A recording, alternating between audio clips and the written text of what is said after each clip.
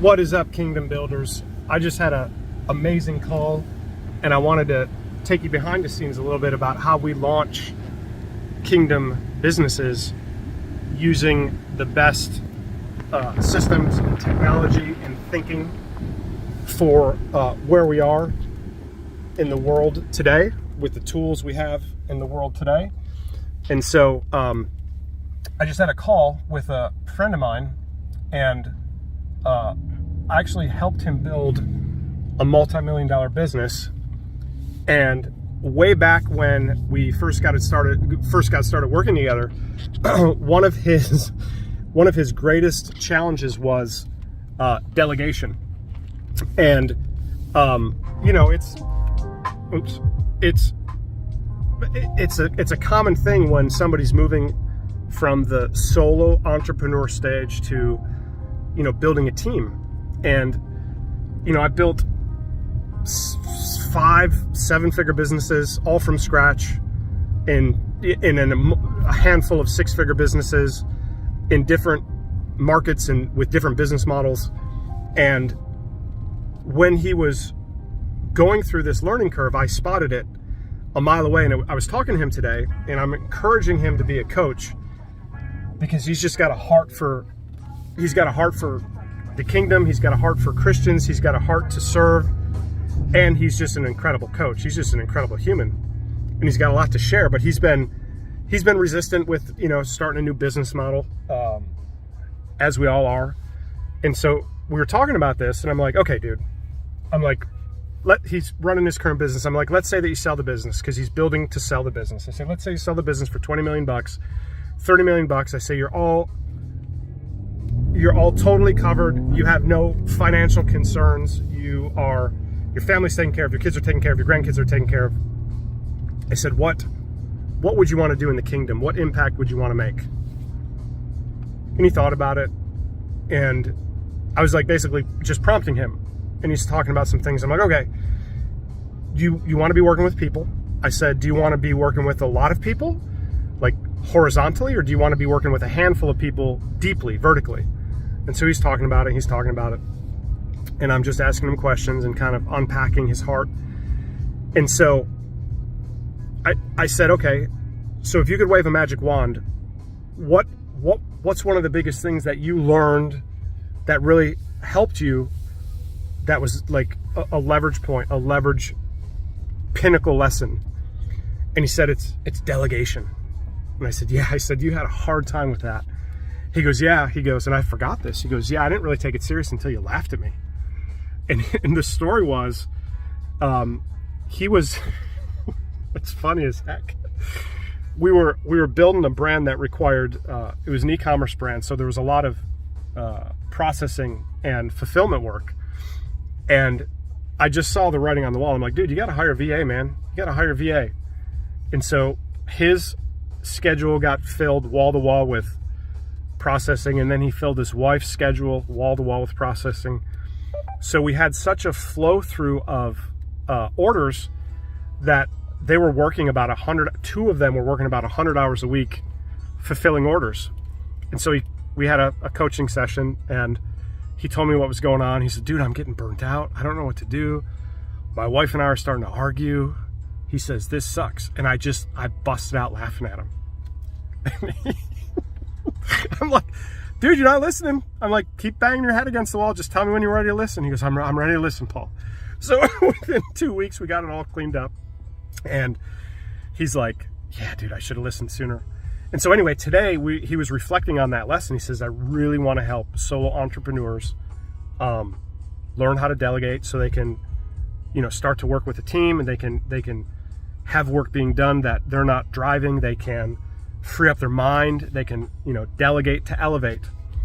And so I don't know how to show this on. I don't know what's going to happen here if I do this. I'm really hesitant to push this button. I was going to walk you through the chat GPT thing I just did. So we're talking, and he's hemming and hawing, and he's like, I don't want to, like, how could I do this without having to dilute my focus on my, building my business to sell it? I said, okay, well, that's simple. How much time do you have each week? I said, maybe 10 hours a week. I said, okay, here's what we can do, dude. I said, this is really easy. I said, CBI, we're going to build the marketing assets. We'll use our team. We'll use our platform, our resources. And I said, then you just coach these folks. You just love on them. You equip them. I said, I want you to do 2 Q&A calls a week, 90 minutes or less. I said, I want you to answer their questions and just love them and help them and serve them. I said, let's go do that with 10 people and just see where it's at, right? And we'll go from there. And then we're like, well, what about the course? What about I'm like, oh, dude, that's so easy. I said, here's what we do. We start to bring in some people. We enroll people for a couple weeks. And then we have a hard launch point. And I said, we just tell them, like, hey, here's what we're covering week 1. What questions do you have about this thing? We collect their questions. We hop on. We do a training for 45 minutes. We ask what questions they have based on the training. And that becomes our first asset, our first training material for the course, the curriculum, version 1. And I said, we just do that for version, the next module, the next module, the next module, 4 or 5 modules, done. We've got the marketing tested. We've got the conversion tested. We've got the version 1.0 of the course. And I said, you're investing 10 hours a week or less. I said, I think we can get up to 100 grand a month by January 1 and help a whole bunch of Christian entrepreneurs launch their business into 2024 with excellence, with having clarity on how to delegate, with having clarity on how to scale a little bit. And so I just wanted to share with you. And then what I did is I was so stimulated by the conversation. I called him I shouldn't say this, but I called him. I said, "Thank you, you bastard," LOL. And then before I did that, I went through ChatGPT and I basically built out the whole marketing funnel in 3 minutes. I'm like, I prompted I typed in the prompt, you're a Christian, yada, yada, yada. I went through all the stuff. You want to help these folks. You're the best in the world at it. What are top 10 lead magnet headlines?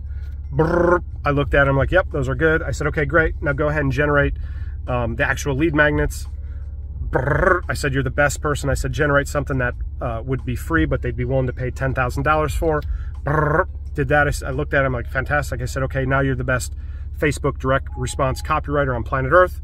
You understand deeply the Christian entrepreneurial solopreneur market. I said, generate Facebook ads based on this.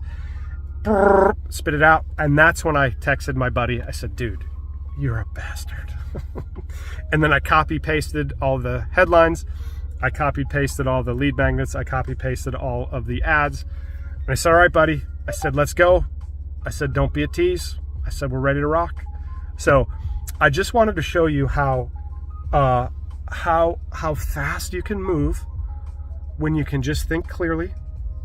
We're going to launch an asset into the marketplace that I believe, what is this? It's September 2nd, Saturday, that literally by January 1, end of December, it'll be doing over 100 grand a month, and from zero.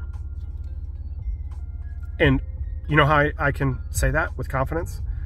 Because I've actually done that before. Actually, multiple times. So that's 3 months, September, October, November. That's actually 4 months. I've done that before. We've done it faster before, 0 to 100 grand. Because friends, with this business model, the ChatGPT powered coaching business model, it's actually way easier than people are thinking. And what I told my friend and what I'm going to share with you is, here's what the Lord said to me. He said, Paul, the greatest challenge facing the Christian entrepreneur, where we are right now, heading into Q4 2023, going into 2024, is pouring new wine into old wineskins. Meaning, when we look at business, using our previously generated thinking frameworks and then pouring new technology into the old frameworks. That would be like trying to build an e-commerce brand with yellow page ads. Not very smart, okay? And so that's the challenge that we have. So I encourage you, go back to first principle thinking. And when you look at the tools and the technology and the velocity we have, don't run yellow page ads, old thinking, into an e-commerce brand, new thinking. Don't advertise horses, old thinking, when Model Ts are 10% of the vehicles on the roads are Model Ts, into new thinking new wine into old wineskin. Don't be doing that. That's the greatest threat we face now as a community. And you just got to fight through it, man. There's strongholds, and really you got to take everything you do to first principles. Everything. That's what I'm doing. I'm taking my calendar management. I'm taking my to-do management. I'm taking my team project management. All of it to first thinking with new wine, right? New wine into new wineskin. So with AI, we can do all that stuff. Boom. All of our marketing, all of our content creation, taking it to the new wineskin. And with AI, we can velocitize it, right? So I do a lot of videos. This is my primary form. This is so easy for me. I just click a button, download. So here's what we're going to be doing with that. We're going to be taking these things, we're going to be putting them, transcribing them, and then we're going to pop them into a content tool that parcels them out into Facebook posts, blog posts, tweet storms, and then we're going to pop it into another software that just automatically deploys it across all those things. And then that's not even using ChatGPT for content. That's using just ChatGPT to break up the content. That doesn't mention the use of ChatGPT to create content, which I can do as well. But typically, I like the content to come from me, and I like ChatGPT to be the tool. But certainly, I use it when I'm forming content. I'll help ChatGPT. I'll use ChatGPT to help me create, come up with like examples or word pictures, or I'll do a lot of research on scripture. Like show me examples of leadership in the Bible or delegation in the Bible. I'll use it to dig into the Bible with, it replaces Strong's Concordance. You can have it, so it'll go through a list of scriptures based on the translation in the New King James or the King James or the New Living Translation, and then I'll go one level deeper and I'll say, hey, now go unpack the Greek in the New Testament in these scriptures, and it's a whole nother layer. So certainly you can use it for all that stuff, but please pray about pouring the new wine that the Lord has given us with this technology revolution that we're in into the new wineskins of your thinking, your first principles thinking. And that's how you're going to crush it. That's how you're going to be salty and light and bright and just fix the financial stuff.